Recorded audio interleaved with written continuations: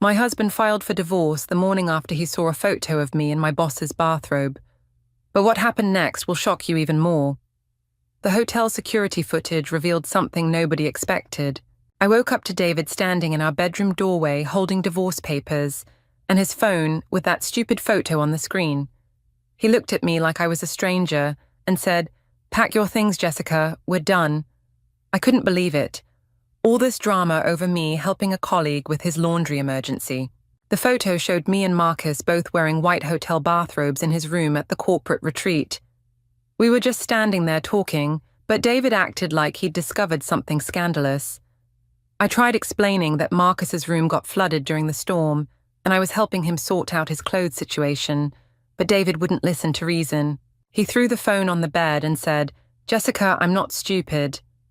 A coworker posted this on the company Instagram with laughing emojis. "Everyone at your office has seen it." I told him it was taken completely out of context and that Sarah, who took the photo, was always stirring up drama, but he just shook his head. "My name's Jessica. I'm 29, and I work in marketing coordination at a tech startup. David is 31 and works as an accountant for a small firm downtown. We've been married for 3 years, and I thought we had a solid relationship until this whole misunderstanding blew up. David's lawyer called that same morning and said they needed to meet immediately. I couldn't understand why he was being so dramatic about an innocent work situation. When I got to the lawyer's office, they had printed out screenshots of text messages between me and Marcus from the retreat weekend.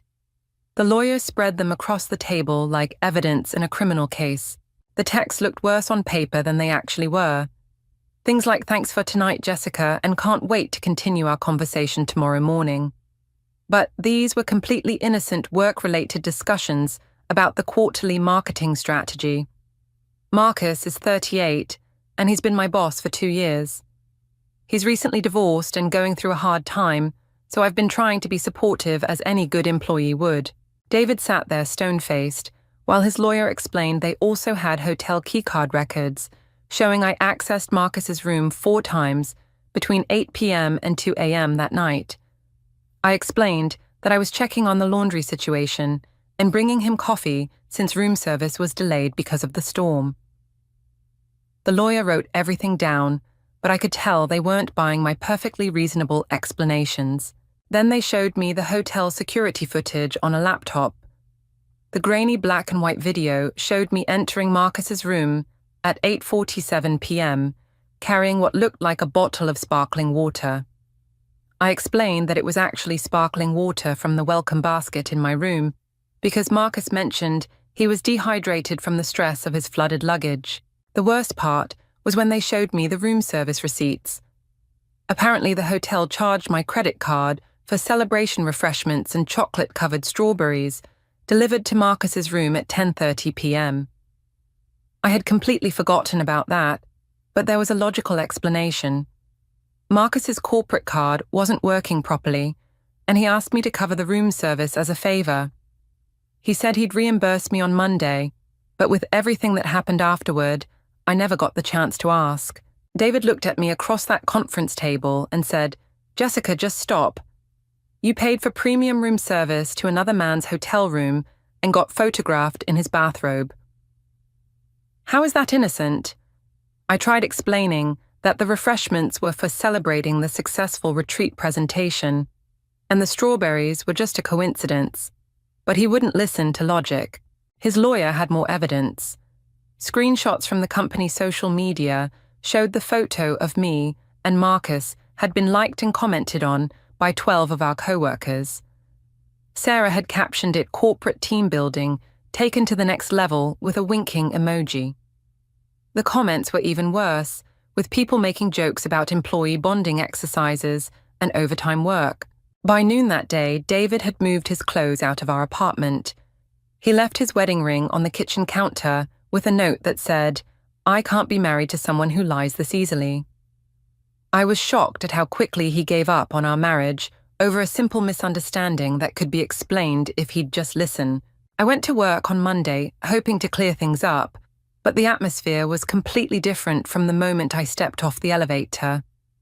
The usual morning greetings and casual conversations stopped abruptly when I walked into the marketing department. Sarah pretended to be deeply focused on her computer screen, while Mike suddenly found urgent paperwork that required his immediate attention whenever I approached his desk.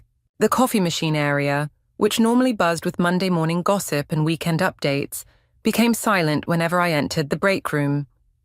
My colleagues would glance at each other with meaningful looks before quickly dispersing to their desks like I carried some contagious disease. Jennifer, who usually shared details about her dating life and weekend adventures, now responded to my friendly questions with one-word answers and avoided making eye contact. During the weekly team meeting, our supervisor Dave called for project updates, but seemed to skip over me entirely when going around the table. When I tried to contribute ideas about the Johnson account campaign, my suggestions were met with uncomfortable silence and quickly dismissed in favor of less developed concepts from junior team members. The meeting ended with assignments distributed to everyone, except me, leaving me wondering if I was being deliberately excluded from important client work. Lunchtime was the worst part because I realized how much my social dynamics had changed in just one weekend. The usual group that gathered in the conference room for shared meals and office gossip suddenly had no available seats when I approached with my sandwich.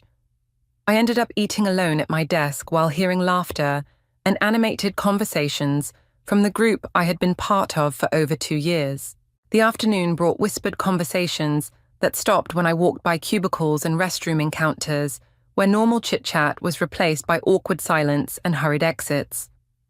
My phone usually buzzed throughout the day with work-related texts and casual messages from colleagues, but Monday brought complete radio silence.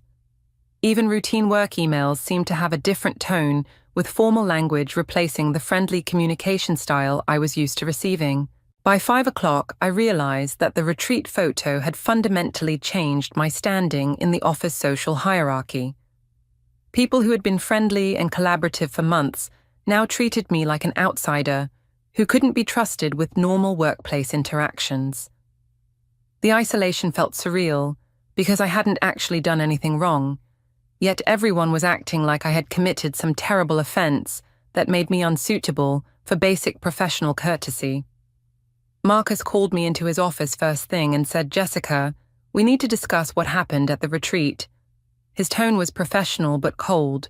He explained that HR had received complaints about our behavior at the retreat and they needed to conduct an investigation. I couldn't believe people were making such a big deal out of me helping a colleague in an emergency situation. Marcus said we should limit our interactions to essential work communications until the investigation was complete. The HR meeting was scheduled for Wednesday morning, and I spent Tuesday night preparing my explanations for what I knew would be a routine clarification session. I arrived at Linda's office 15 minutes early, wearing my most professional navy blazer to show I was taking this seriously, even though the whole thing was clearly a misunderstanding that could be easily resolved. Linda's office felt different that morning, with the blinds drawn and a recording device sitting prominently on her desk next to a thick manila folder labeled with my name in red letters. She gestured for me to sit in the chair across from her massive oak desk while she arranged printed documents in neat piles, like she was setting up a trial rather than having a conversation with a valued employee. The first thing she pulled out was an enlarged color copy of the bathrobe photo printed on glossy paper that made everything look more dramatic than it actually was. She placed it directly in front of me and asked me to describe what I saw in the image. I explained that it showed me and Marcus wearing hotel bathrobes in his room during the flooding emergency, but Linda wrote notes without looking up, like my explanation wasn't satisfactory. Next came printouts of text messages between Marcus and me from the entire retreat weekend, arranged in chronological order with timestamps highlighted in yellow marker. Linda read several messages out loud in a monotone voice that made our innocent work communications sound suspicious. When she read "Thanks for tonight, Jessica," it sounded completely different than when Marcus had actually sent it as a simple thank you for helping with his accommodation crisis. The hotel receipts were spread across the desk like evidence in a fraud investigation. Linda had highlighted the refreshment and strawberry charges in bright pink and circled the timestamps showing the room service delivery at 10:30 p.m. She asked me to explain why I had paid for premium items to be delivered to my supervisor's hotel room late at night. I patiently explained the corporate card situation and how the hotel staff had recommended their premium package when I requested coffee and light snacks for our working session. Then came the witness statements from Sarah, Mike, and Jennifer, who had apparently been interviewed separately about my behavior during the retreat weekend. Linda read selected quotes from their written testimonials about seeing me enter Marcus's room multiple times and observing what they described as flirtatious interactions during the team-building activities. I was shocked that my colleagues had misinterpreted my professional helpfulness as something inappropriate and felt betrayed that they had participated in this investigation without talking to me directly. The most damaging evidence was the hotel keycard access log printed on official hotel letterhead, showing exact timestamps for every time I had entered Marcus's room. Linda traced her finger down the list, reading each entry aloud: 8:47 p.m., 9:23 p.m., 10:15 p.m., 11:41 p.m., 1:18 a.m. The timestamps made it sound like I had been sneaking around all night when I was actually just checking on laundry progress and delivering work materials as any dedicated employee would do. Linda asked me to provide a detailed timeline explaining each room entry and what activities had occurred during each visit. I carefully described how the first visit was to assess the flooding damage. The second was to deliver his wet clothes to the laundry service. The third was to bring coffee and check on the cleaning progress. The fourth was to discuss backup presentation materials. And the final visit was to confirm that his clothes would be ready for the morning meetings. I told her the complete truth. The storm caused flooding in several rooms, including Marcus's. He lost most of his clothes and toiletries in the water damage.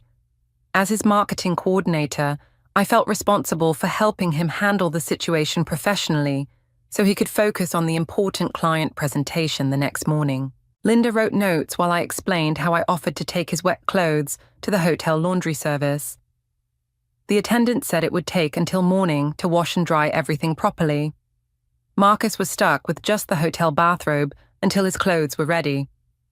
I stayed in his room to discuss backup presentation materials while we waited for room service to bring coffee and snacks for our working session. The photo was taken when I briefly tried on the spare bathrobe to show Marcus how ridiculous we both looked. Sarah walked by his open door at exactly that moment and snapped the picture as a joke. I immediately took off the bathrobe and put my regular clothes back on. The whole thing lasted maybe 30 seconds, but Sarah made it look like something completely different. Linda asked about the multiple keycard entries throughout the night. I explained that I went back several times to check on the laundry progress and bring Marcus updates about the client materials we needed to prepare. Each visit was purely work-related and lasted only a few minutes. I brought him coffee around 10 p.m. because he mentioned being tired, and we had early morning meetings. The room service situation was equally innocent. Marcus's corporate credit card got declined when he tried to order coffee and light snacks for our working session. I offered to put it on my personal card since we needed to keep working on the presentation materials. The refreshments and strawberries were just what the hotel recommended when I asked for their coffee and snack package. Linda seemed satisfied with my explanations, but said the investigation would continue for another week. She reminded me about the company policy regarding appropriate workplace relationships and suggested I review the employee handbook section on professional boundaries. Meanwhile, my personal life was falling apart. David refused to answer my calls or respond to my text messages explaining the situation. His sister Rachel, who I'd always gotten along with, sent me a message saying she was disappointed in my choices and thought David deserved better treatment. My best friend Amy called me Tuesday night after seeing the photo that was still circulating on social media, and her tone was completely different from our usual supportive conversations. She said, "Jessica, I've known you for 8 years, And this doesn't look good before launching into what felt like an intervention rather than a friendly check-in call. Amy had apparently spent time analyzing the photo and researching the hotel where the retreat took place. She mentioned details about the luxury suite accommodations and room service options that I hadn't even thought about. She said the coordinated bathrobes and cozy lighting made the image look like something from a couple's getaway rather than a business emergency. Her observation stung because she was focusing on appearances rather than understanding the practical circumstances that had led to the situation. She asked pointed questions about my relationship with Marcus that felt more like an interrogation than a supportive conversation. Amy wanted to know how long I had been having feelings for my boss and whether my marriage problems with David had been going on longer than I had admitted. I tried explaining that there were no feelings involved and no marriage problems before the photo controversy, but Amy seemed skeptical of my explanations. The conversation became even more uncomfortable when Amy suggested that maybe subconsciously I had wanted something to happen with Marcus and created the opportunity by helping with his accommodation problems. She said sometimes we make choices that feel innocent on the surface, but actually reflect deeper desires we're not ready to acknowledge. I felt betrayed that my closest friend was psychoanalyzing my motivations instead of supporting me during a difficult time.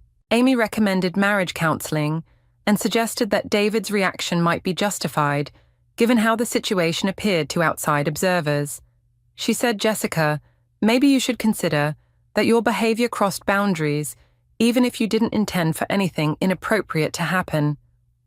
The fact that she was taking David's side after hearing my complete explanation felt like another betrayal in a week full of people misunderstanding my innocent actions.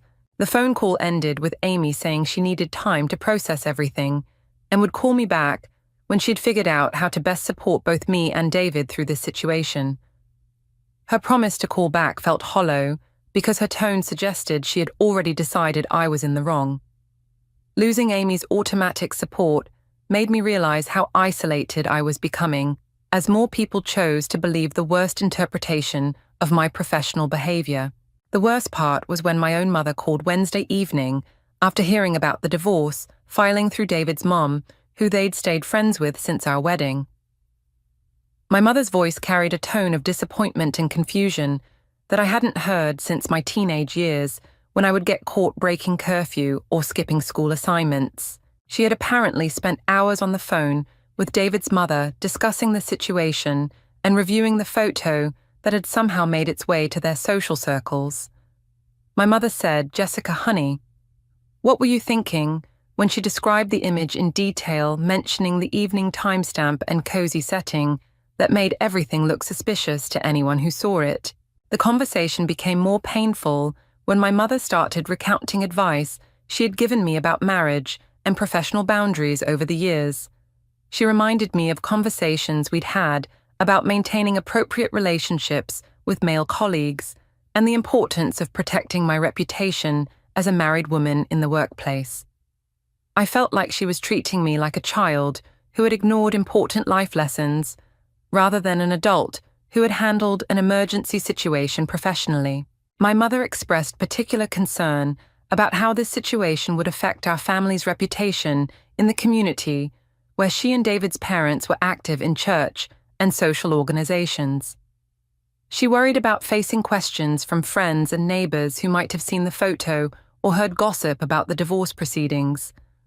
The fact that she was more concerned about social embarrassment than supporting her daughter during a crisis made me feel completely alone. She suggested that I should consider apologizing to David and attending marriage counseling, even if I believed my behavior had been innocent. My mother said, "Sometimes we have to take responsibility for how our actions appear to others, regardless of our intentions." Her willingness to sacrifice my side of the story for the sake of family harmony felt like the ultimate betrayal from someone who was supposed to support me unconditionally. The phone call ended with my mother saying she would pray for wisdom and healing for everyone involved, but her tone suggested she had already decided I was primarily responsible for the marriage breakdown. Losing my mother's automatic support made me realize that even my closest family relationships were being damaged by people's unwillingness to believe my innocent explanation for helping a colleague in an emergency situation. Thursday morning, Marcus called me into his office again.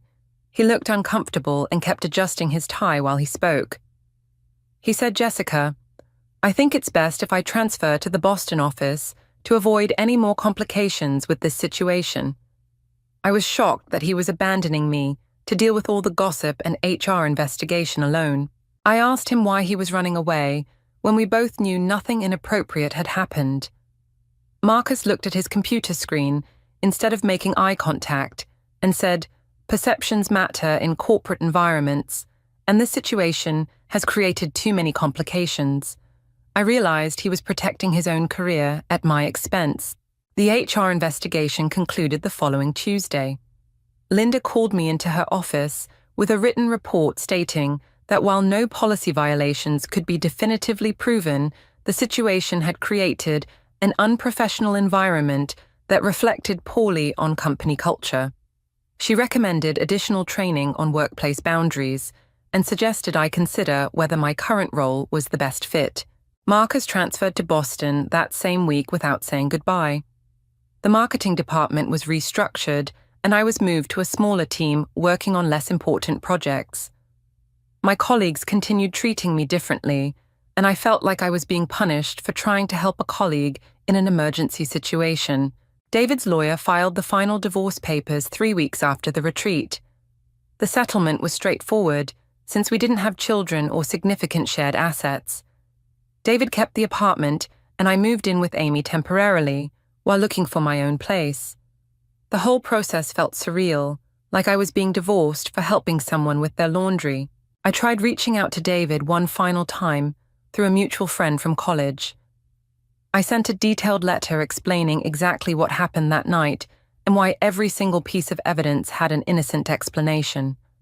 I thought, if he could just see the logical reasoning behind my actions, he'd understand that I'd never been unfaithful. David sent back a brief response through his lawyer. He said the evidence spoke for itself, and he'd made his decision based on a pattern of inappropriate behavior that had been building for months. I couldn't understand what pattern he was referring to, since I'd always been completely professional with Marcus and transparent with David about my work responsibilities. My coworkers gradually stopped talking about the retreat incident, but the damage to my reputation was permanent. People looked at me differently during meetings, and I was excluded from important client presentations. The marketing team that I'd helped build over 2 years was thriving without me, while I struggled with minor administrative tasks. The retreat weekend started normally until Saturday's storm flooded Marcus's room and destroyed his clothes. As his team coordinator, I helped him handle the laundry emergency while we worked on Sunday's client presentation. The bathrobe photo happened when I jokingly tried on the spare robe for 30 seconds to lighten his mood about the situation. David saw the photo Wednesday morning and immediately called demanding explanations. I tried explaining the flooding emergency, but he was too angry to listen to facts. He said I was in another man's hotel room wearing coordinated bathrobes after paying for premium room service. The hotel records looked suspicious without proper context, but every action had a professional explanation. The divorce proceedings moved quickly because David refused counseling or mediation. His lawyer presented the evidence as inappropriate marital conduct, while I lost my reputation and career opportunities for helping a colleague during an emergency. 6 months later, I'm still trying to understand why everyone misinterpreted my professional behavior as something inappropriate. I was being a good employee and a supportive team member during a difficult situation. The fact that people saw something scandalous in my helpful actions says more about their minds than my behavior. David moved out that same day. My coworkers stopped talking to me, and HR transferred Marcus to another department. I still don't understand why everyone thinks helping a colleague makes me a cheater.